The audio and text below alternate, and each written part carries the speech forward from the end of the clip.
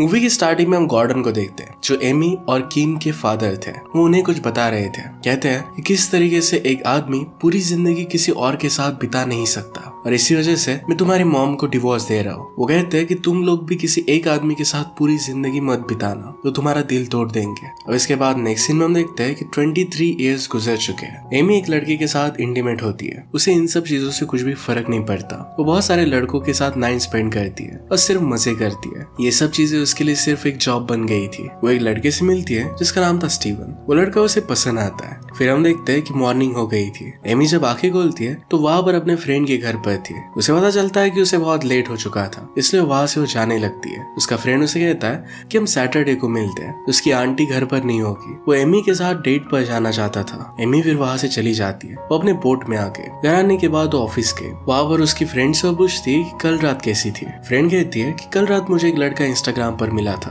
उसे बहुत अच्छा लगा था। इसके बाद वॉशरूम में मूवीज के बारे में वो बात करते हैं। एक मीटिंग थी और वहां पर सब लोग जाते हैं। यहाँ पर बॉस सब लोगों से पूछ रही थी कि नेक्स्ट आर्टिकल किस चीज पर उन्हें लिखना चाहिए। सब उन्हें कह रहे थे कि किसी फेमस पर्सन पर आर्टिकल लिखना चाहिए। एमी कहती है कि हमें किसी नॉर्मल पर्सन पर आर्टिकल लिखना चाहिए। फेमस पर्सन पर तो आर्टिकल बहुत सारे बने हुए हैं, पब्लिक उन्हें ज्यादा देखना पसंद नहीं करेगी। एक नॉर्मल पर्सन किस तरीके से लोगों को हेल्प करता है, अगर इस पर आर्टिकल बने तो बहुत ही अच्छा बनेगा। एमी की बॉस को आइडिया बहुत अच्छा लगता है। ये असाइनमेंट वो एमी को ही दे देती है। इसके बाद हम किम को देखते हैं। किम मैरिज कर रही थी। उसका जो हस्बैंड होने वाला था उसका पहले मैरिज से ऑलरेडी एक चाइल्ड था। एमी को ये थोड़ा सा अजीब लगता है। किम उस बच्चे को अपने बच्चे जैसा ही मानती थी। उसे इससे कुछ भी ज्यादा फर्क नहीं पड़ रहा था। किम अपना घर शिफ्ट कर रही थी और इसी वजह से एमी उसे हेल्प करने के लिए आई थी। वो दोनों अपनी मदर की फोटो देखकर बहुत इमोशनल हो जाती है। फिर सीन चेंज होता है। हम देखते हैं कि एमी स्टीवन के साथ इंटीमेट होती है। स्टीवन उसे प्यार करने लगता है पर एमी सिर्फ उसका यूज कर रही थी। इसके बाद नेक्स्ट सीन हम देखते हैं कि एमी कहाँ पर जा रही थी। उसका फ्रेंड उसे रोकता है और पूछता है कि कहाँ पर जा रही हो। एमी कहती है कि मैं अपने डैड से मिलने के लिए जा रही हूँ। वो डैड के पास जाती है तो वहां पर टीवी पर एक मैच चल रही थी।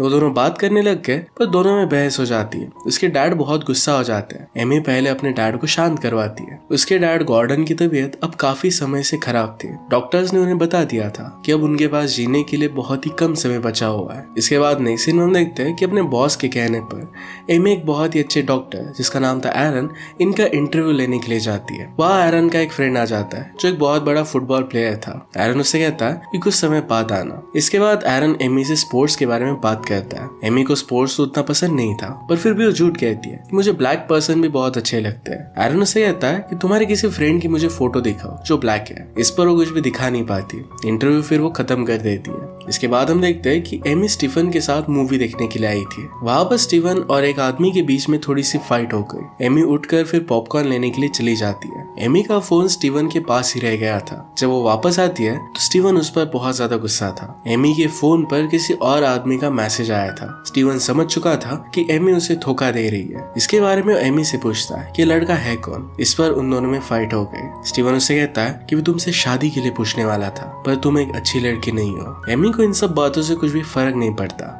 स्टीवन फिर वहां से चला जाता है। फिर हम देखते हैं कि एमी किम से मिलने के लिए आई थी। वह उसे बातों बातों में पता चलता है कि किम प्रेग्नेंट है। इस बात से एमी को बिल्कुल भी अच्छा नहीं लगता क्योंकि उसकी नजरों में फैमिली जैसी कोई भी चीज नहीं थी। एमी उससे पूछती है कि क्या तुमने इस बारे में डैड को बताया। किम कहती है कि मैं उन्हें नर्सिंग होम में जाकर बताऊंगी। वो दोनों मिलकर फिर वहां जाते हैं। किम के डैड ये बात सुनकर बहुत ही खुश थे कि वो ग्रैंडफादर बनने वाले हैं। इस पर किम उन्हें कहते हैं कि आप पहले से ही ग्रैंडफादर बन गए हो। गॉर्डन गुस्सा हो जाते हैं और कहते हैं कि वो तुम्हारा स्टेप चाइल्ड है, वो एक्चुअल में मेरा ग्रैंडसन नहीं है। इस पर किम गुस्सा हो जाती है और दोनों में बहस होने लग गई। किम गुस्सा होकर फिर वहां से चली गई। नेक्स्ट सीन में हम देखते हैं कि एमी डॉक्टर एरन की इंटरव्यू के लिए आई थी। वो पूरे दिन उनकी एक्टिविटी को नोट करती है, इसे वो एंजॉय भी करती है। वो डॉक्टर एरन के साथ ही थी। तभी उन्हें एक मैसेज आता है जो उनकी सिस्टर का था। सिस्टर कह रही थी कि वो डैड को चीपेस्ट नर्सिंग होम में शिफ्ट कर रही थी। ये देखकर एमी एकदम से बेहोश होने लगती है। एरन उसे संभालता है और पूछता है कि क्या तुम ठीक हो। एमी बताती है कि मैंने सुबह से कुछ भी खाया नहीं था और इसी वजह से मुझे चक्कर आ गई। एरन कहता है कि चलो हम कुछ खा कर आते हैं। दोनों एक रेस्टोरेंट में आए। एमी कहती है कि मुझे अपने बारे में कुछ बताओ। एरन कहता है कि आज मैं जो भी बन पाया है ये सिर्फ अपने पेरेंट्स की वजह से। वो चाहता था कि आर्टिकल में अपने पेरेंट्स के बारे में बताए। एमी कहती है कि आर्टिकल तुम्हारे बारे में, तुम्हारे पेरेंट्स के बारे में हम नहीं लिख सकते। दोनों फिर ड्रिंक करने लगते। काफी रात हो गई थी, दोनों घर आ रहे थे, तो एमी कहती है कि क्या मैं तुम्हारे घर पर रुक सकती हूँ। एरन इस बात के लिए मान जाता है। दोनों घर जाते हैं और फिर दोनों इंटीमेट हो जाते हैं। एमी के लिए ये सब नया नहीं था, बाकी लड़कों की तरह ही एरन को भी वो ट्रीट करती है। अगले दिन फिर से अपने मैगजीन पर वो काम कर रही थी। उसकी बॉस उसके पास आती है और कहती है कि कुछ समय के लिए मैं बाहर जा रही हूँ, सब चीजें तुम संभाल लेना। एमी इस बात के लिए मान जाती है। इसके बाद एमी ने अपनी फ्रेंड से कहा कि एरन के साथ उसने कल रात इसके बाद एमी अपनी फ्रेंड से कहती है कि कल रात वो एरन के साथ थी। एमी को तभी एरन का कॉल आ जाता है। एरन कहता है कि मैं तुमसे मिलना चाहता हूँ। एमी कहती है कि कल हम इंटरव्यू के वक्त मिलेंगे। एरन को इस बात से बहुत अच्छा लगता है। एरन अपने फ्रेंड लैब्रॉन को बताता है कि एमी से वो बहुत प्यार करता है।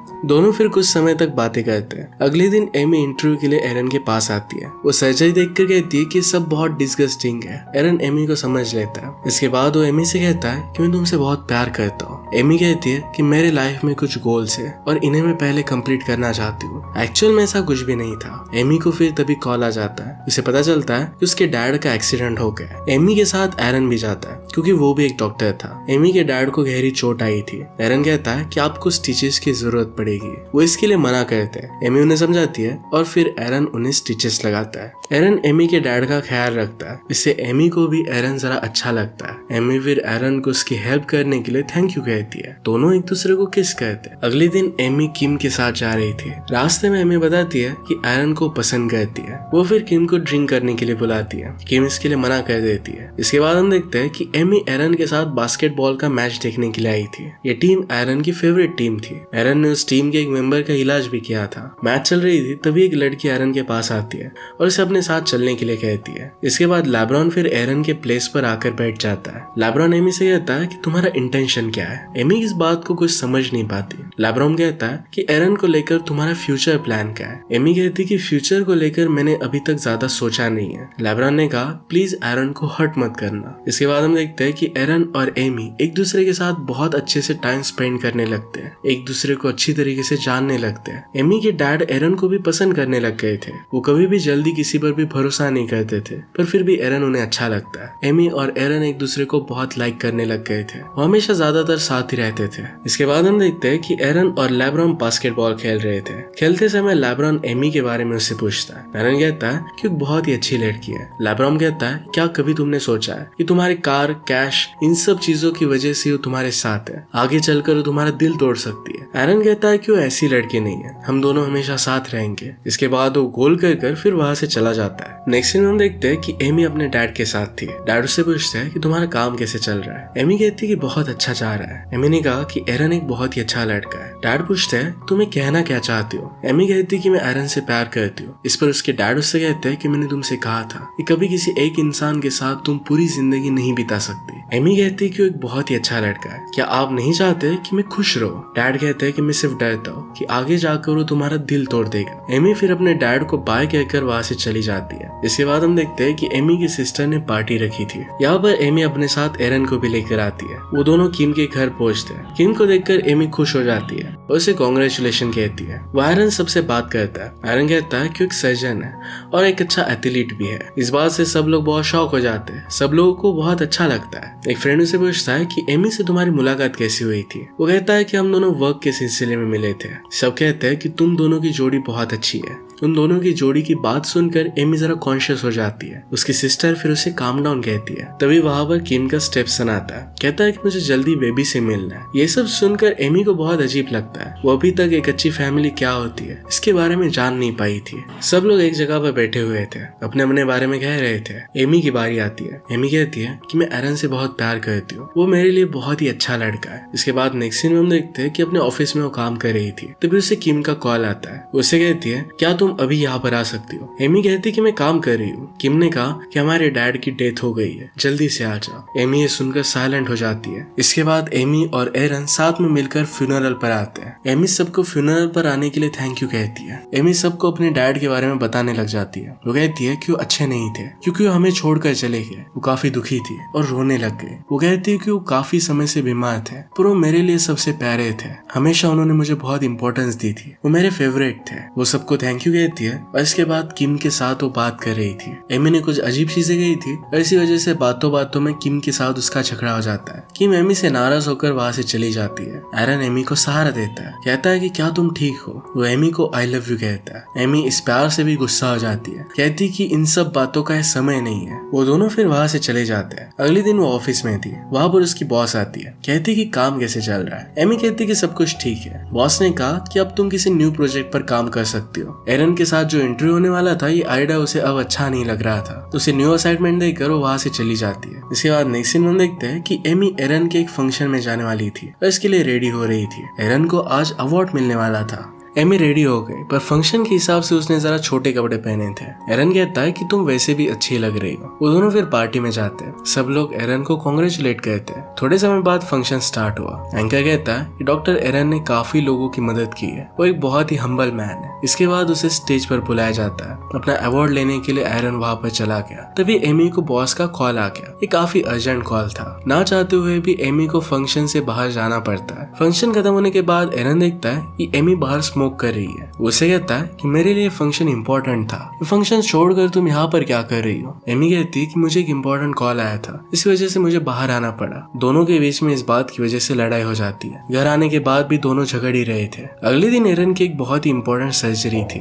पूरी रात वो सो नहीं पाया। अगले दिन वो सर्जरी के लिए वैसे ही जाता है। आज उसका माइंड कॉन्शियस नहीं था क्योंकि वो सही से सो नहीं पाया था। पेशेंट एरन की बिहेवियर की वजह से सर्जरी को पोस्टपोन कर देता है। एरन इस बात से नाराज होकर घर आ जाता है। घर आने के बाद एमी एरन से पूछती है कि क्या सब कुछ ठीक हुआ। एरन कहता है कि कल हम दोनों का झगड़ा हुआ और इसी वजह से मैं आज सर्जरी कर नहीं पाया, पूरी रात में सो नहीं पाया था। वो एमी को इन सब बातों का जिम्मेदार मानता है। एमी एरन पर ही गुस्सा हो जाती है। इस सब की वजह से एरन उसे कहता है कि हम दोनों को कुछ दिनों बाद ही मिलना चाहिए क्योंकि मेरी इंपॉर्टेंट सर्जरी है। एमी कहती कि अब मिलने की जरूरत नहीं है, वैसे भी तुम्हारा इंटरव्यू कैंसिल हो गया है, तुम एक बहुत ही बोरिंग पर्सन हो। एरन फिर वहां से चला जाता है। इसके बाद हम देखते हैं कि ऑफिस की पार्टी चल रही थी। एमी भी वहां पर थी। एमी को एक एम्प्लॉय अप्रोच करता है। दोनों बातें करने लग गए। थोड़ी देर में एमी कहती है कि मैं घर जा रही हूँ। वो लड़का उसे अपने घर पर बुलाता है। वो दोनों फिर एक कमरे में आ जाते हैं। वो लड़का नशे में चूर था। एमी के साथ अजीब सी हरकतें करने लगता है। ये सब एमी को बर्दाश्त नहीं होता। वो एमी को कहता है कि मुझे हिट करो। एमी उसे हिट करती है और इससे शोर होता है। इस शोर की वजह से वहां पर उस लड़के की मॉम आ जाती है। वो कहती है कि लड़का सिर्फ 16 ईयर्स का है।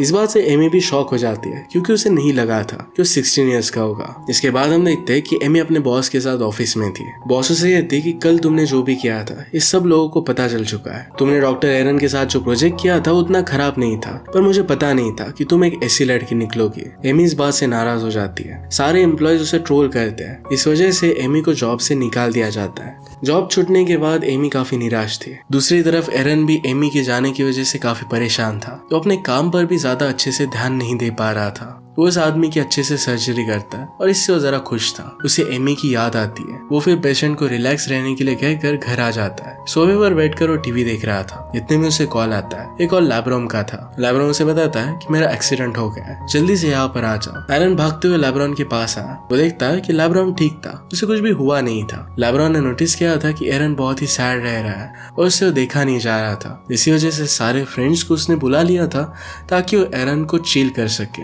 एरन को यह सब देखकर बहुत गुस्सा आ जाता है। सब लोगों ने उसे अपने पास बिठाया। तो सब कहते हैं कि लव में तो ये सब चीजें होती रहती है। वो कहते हैं कि तुम्हें अपनी लाइफ बर्बाद नहीं करनी। एरन उन पर ही गुस्सा हो जाता है और बाय कहकर वहां से चला जाता है। इसके बाद हम देखते हैं कि एमी किम के घर पर आती है। एमी के साथ उसकी फाइट हुई थी और इसी वजह से उसे जरा बुरा लग रहा था। वो किम को सॉरी कहती है। उसके लाइफ में जो भी हो रहा था सब कुछ उसे बताती है। इसके बाद वहां पर किम का स्टेप्सन आता है। वो एमी को अपनी पेंटिंग दिखाता है। यहाँ पर 2 घर बने हुए थे। एक घर किम का था और एक घर एमी और एरन का। एमी कहती है कि अब मैं एरन के साथ नहीं हूँ। इस पर उससे पूछता है कि क्या तुम उसे प्यार करती हो। एमी ने कहा कि हाँ। एमी फिर अपनी सिस्टर से गले मिलकर वहां से चली जाती है। एमी अपनी सारी बुरी आदतों को सुधारती है। वो अपने सारे ड्रिंक्स फेंक देती है। उसने जो आर्टिकल एरन पर लिखा था इसे दूसरे मैगजीन को शेयर करती है, जिससे वो पब्लिश हो जाता है। एरन जब वह आर्टिकल पढ़ता है तो उसे बहुत अच्छा लगता है। इसके बाद एक दिन एरन की टीम का मैच था। एरन भी वहां पर था क्योंकि उसकी फेवरेट चीयर लीडर्स की वहां पर टीम थी। वो देखता है कि इन चीयर लीडर्स में एमी भी थी। एमी उसे सरप्राइज देने के लिए यहाँ पर आई हुई थी। एमी को देखकर उसे बहुत अच्छा लगता है।